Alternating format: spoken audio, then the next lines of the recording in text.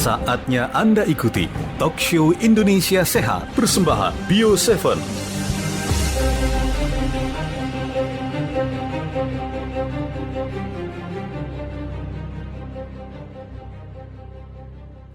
Anda kembali bersama kami dalam Talk Show Indonesia Sehat. Hari ini Bapak Ibu sekalian, kita tengah membahas topiknya adalah stroke, bukan berarti harus terpuruk. Baik, sebelum kita lanjutkan lagi, kami mau sapa lagi teman-teman kita yang sudah singgah di Facebook. Ini ramai sekali siang ini. Oke ya, yang sudah singgah di Facebook, yang belum kenalan boleh saling kenalan. Yang masih jomblo, belum ada pacar, boleh juga kenalan juga ya. Sesama pendengar atau penonton siaran ini boleh saling sapa, nggak usah malu-malu ya. Siapa tahu ya jodoh. Oke. Di sini ada akun Herman Batola. Akun Herman juga sudah mampir ke Facebook kita ya. Kemudian akun Aris Andi juga ikut menyimak mampir ke Facebook kita. Kemudian dari sini ada juga akun Ratna. Ratna Kiki katanya. Oke. Ini pasti nama panjangnya ada lagi nih, Bung. Apa, Ratna Bung? Kiki. Ini pendeknya Rana Kiki. Oke ini ya. Ada katanya dari Ketanggungan Brebes hadir katanya Bung Hasan, Dokter Ici, Bung Mande. Salam untuk Bapak berkacamata. Diam ada penggemarnya ya Bung Mande. Ya, salam kembali. Oke, terima kasih ya untuk akun Ratna Kiki. Ini Bung Pande mukanya langsung bersemu merah ini ya. Oke, baik. Iya. Oke, terima kasih ya yang sudah singgah. Kita lanjutkan lagi. Ada SMS atau WhatsApp yang sudah hadir. Mohon bersabar Bapak Ibu, kita akan jawab satu demi satu ya. Hari ini bahasannya adalah seputar stroke. Kali ini SMS datangnya dari nomor belakangnya 65208. Selamat sore semuanya. Selamat sore. Ini Ibu Ayu dari Samarinda nih. Dokter, apakah daun ubi atau daun singkong tidak boleh dikonsumsi oleh penderita tekanan darah tinggi? Karena suami saya itu tekanan darahnya tinggi. Ini dokter, makanan apa yang harus dipantang agar tidak terkena stroke, dokter? Oke, kalau untuk daun singkong atau daun ubi ya nggak masalah ya, Gak apa-apa mau ya, Dok, ya. dikonsumsi Baik. juga. Tetapi cara pengolahannya nih, terkadang kan memang misalnya mau digulai, ternyata yang dimasukin garamnya lumayan banyak nih. Ini justru yang masalah adalah si garamnya tadi. Jadi untuk penggunaan garam dari mulai sekarang ini nggak boleh terlalu banyak, khususnya untuk penderita hipertensi.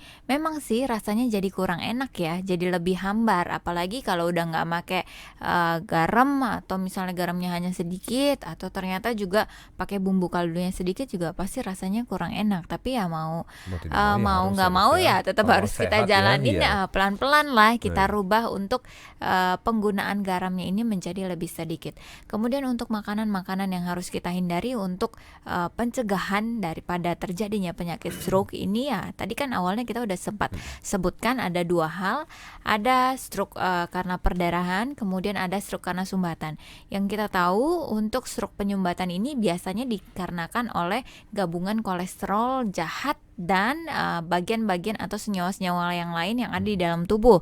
Nah, berarti yang harus kita hindarkan ini makanan yang tinggi kolesterol. Seperti apa? Seperti seafood nggak boleh terlalu banyak. Kalau banyak dibagiin tetangga, kan enak ya. Kemudian lagi, misalnya kita senang yang namanya telur puyuh. Telur puyuh juga boleh aja, tapi jangan terlalu banyak. Kemudian juga makanan yang berlemak, berminyak, yang jeroan-jeroan, ini juga harus sudah mulai kita batasi untuk konsumsi. Dan ada lagi nih, kalau untuk yang satu lagi, stroke karena perdarahan ini disebabkan oleh hipertensi. Berarti yang asin-asin atau makanan ikan asin lah, misalnya kerupuk yang terlalu gurih atau terlalu asin lah, intinya adalah yang rasanya terlalu asin sudah mulai kita kurangi.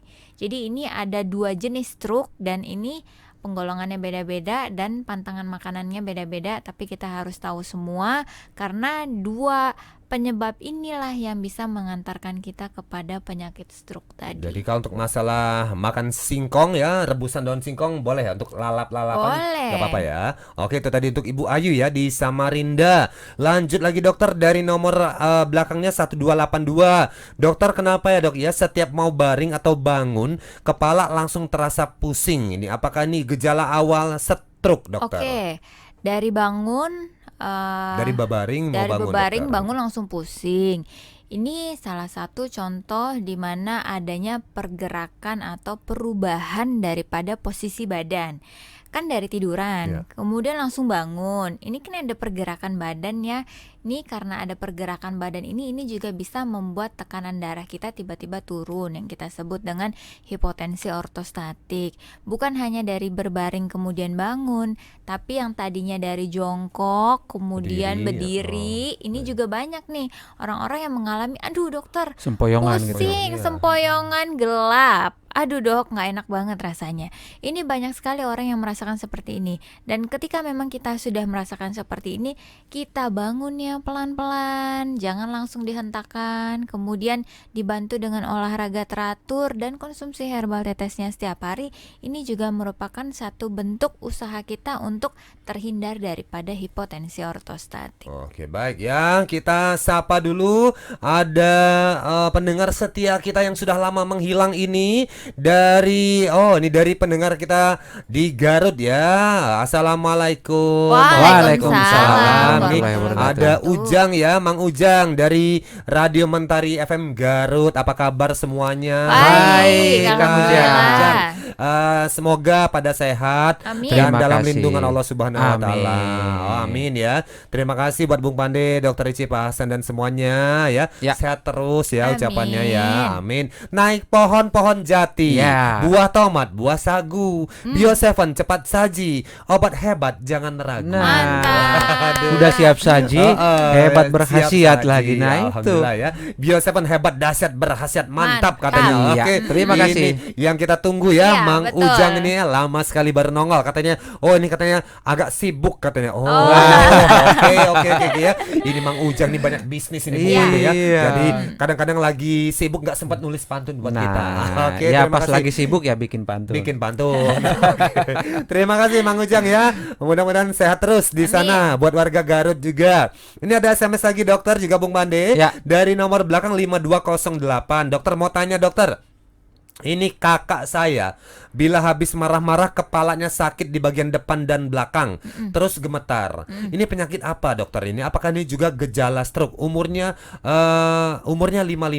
Katanya tahun lalu tidak ada tekanan darah tinggi, tidak ada kolesterol dan juga tidak ada diabetes. Oke, sebetulnya kalau kita lagi marah-marah ini ada hormon yang keluar, Baik. akhirnya menyebabkan apa? Detak jantungnya bisa berdegup lebih cepat dan bisa juga nih bisa mengakibatkan sakit kepala. Karena apa? Abis marah-marah kan biasanya suara yang dikeluarkan kan lebih kenceng ya, energi banyak dikeluarkan. Akhirnya apa? Akhirnya ya sakit kepala bisa. Jadi ini adalah satu hal yang wajar ketika memang kita habis luar biasa marah-marah terus sakit kepala. Jadi pesannya adalah nggak usah marah-marah. Kalau marah-marah bikin sakit kepala, Nah, mendingan itu. jalan-jalan. Mending Denger ketawa ya siaran dok ya. ini ya. Iya, mending ketawa. Dengar siaran radio ini Pak Bu ya, disuruh denger jadi bisa lebih terhibur. Iya ya. betul. Saya juga sama Bung Hasan. Ya, Dok. Kalau habis marah-marah pasti kepala saya pusing Oh, gitu. sama Jadi ya, ini baik. adalah satu hal yang wajar yang bukan hanya kakaknya aja yang merasakan ya. Mungkin di sekitar kita banyak juga yang merasakan. Baik, gimana nih Bung Pande setelah melihat beberapa kasus yang tadi disampaikan oleh pendengar kita nih Bung Pande? Ya, Ada catatan khusus pertama nggak? itu dari Ibu Ayu ya. Ibu Ayu tadi yang masalah daun Daun singkong singkong, ya, ya. terus masalah hipertensi. Jadi memang hipertensi dan juga kolesterol ini memang sangat erat kaitannya dengan konsumsi makanan yang kita konsumsi gitu ya. Jadi ini tentu sangat berpengaruh terhadap pola hidup kita. Oleh karena itu, tentu pola hidupnya harus kita perbaiki dan konsumsi Bio7 2 kali 15 tetes ini penting. Karena apa? Karena di Bio7 itu ada daun salam yang memang sangat baik untuk menurunkan hipertensi. Juga kombinasi dari bawang putih dan juga temulawak tadi ini sangat penting bagi memperlancar peredaran darah kita. Bagaimana dia akan mengurangi plak-plak yang ada di saluran peredaran darah kita sehingga terjadi kelancaran darah dan tidak ada sumbatan-sumbatan di situ. Tapi tentu pola hidup yang pertama mulai dari makan makanan yang sehat yang harus kita konsumsi, istirahat yang cukup dan olahraga, dan yang terakhir itu adalah konsumsi Bio7-nya secara rutin. Baik ya, itu tadi ya Bapak Bu ya. Oh, ini masih ada WhatsApp lagi dokter Ya. juga Bung Pande ini ini ada dari Ahmad Harmansa di Kota Waringin katanya. Ya. Di Pangkalan Bun cuaca hujan. Ya, Oke, terima mudah-mudahan kasih. tidak panjang hujannya. Mudah-mudahan nggak banjir ya. Ya. Ada akun juga nih, ada WhatsApp dari pendengar kita dari Tari Lestari di Kota Waringin Barat juga nih katanya ya. Katanya dokter lapor katanya tadi malam lagi sakit perut karena datang bulan ini. Wah. Saya ya. minum Bio7 langsung hilang sakitnya. Ya, terima Memang kasih. bener katanya manjur mantap ini. Saya juga kelihatan cantik seksi. Ya. Mantap. Ini yang terakhir ini nih yang perlu di ini. Garis bawah ya. Minum Bio7 juga bisa bikin cantik dan seksi, subhanallah ya. Untuk Anda Bapak Ibu yang tengah mencari Bio7, ini dia kami sampaikan radio-radio di daerah Anda yang merilis siaran ini, sekaligus juga tempat Anda bisa membeli Bio7. Di daerah Pangandaran Anda bisa dapatkan di Radio Parma, kemudian di Majalengka ada di Magic FM, kemudian di Muba ada Radio Bayung FM juga menyediakan Bio7 untuk Anda. Ada di mana lagi nih Bung Pande? Ya, untuk daerah Kendari silakan hubungi Youngster. Untuk daerah Parung ada RSI FM. Untuk daerah Trenggalek silakan dapatkan Bio7-nya di Radio Panji FM. Untuk di daerah Kalimantan Barat ada Radio Junjung Bui Sintang. Untuk di daerah Kalimantan Barat juga ada Radio Juang Melawi. Untuk di daerah Sambas ada Radio Lunggi. Untuk daerah Lumajang ada Bintang FM. Dan untuk daerah Pontianak hadir dan menyediakan Bio7 itu Radio Divasi. Dan untuk daerah Cianjur ada di sana Jago Radio. Masih ada lagi di daerah Brebes Bapak Ibu, silakan dapat Anda hubungi Radio Rama FM di Ketanggungan.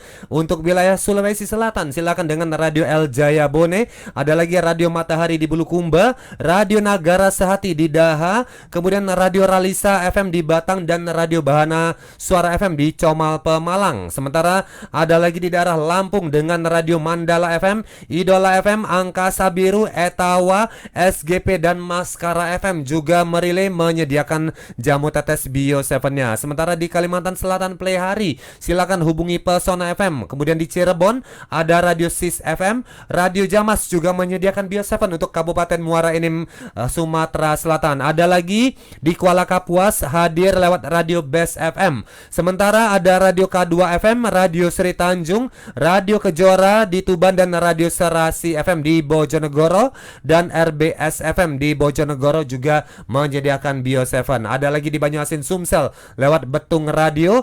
Ada lagi Bio FM di Curup Kabupaten Rejang Lebong Bengkulu juga menyediakan Bio7. Ada kemudian di Polewali Mandar dengan Mario FM. Di Kalimantan Tengah hadir dengan Radio Jreng di Pangkalan Bun dan juga Bas FM di Sampit. Sementara ada lagi Revina FM hadir juga menyediakan Bio7 buat warga Muaro Jambi. Satu lagi ada Radio Suara Sehati di Kalimantan Selatan Anjir Barito juga menyediakan Bio7 untuk Anda. Itu tadi radio-radio mitra kami yang menyediakan Bio7 di daerah Anda. Sudah di penghujung acara ini, saya Hasan DJ, Saya Dr. Ici. Dan saya Pande. Bio7 Sehat Berhasiat. dahsyat.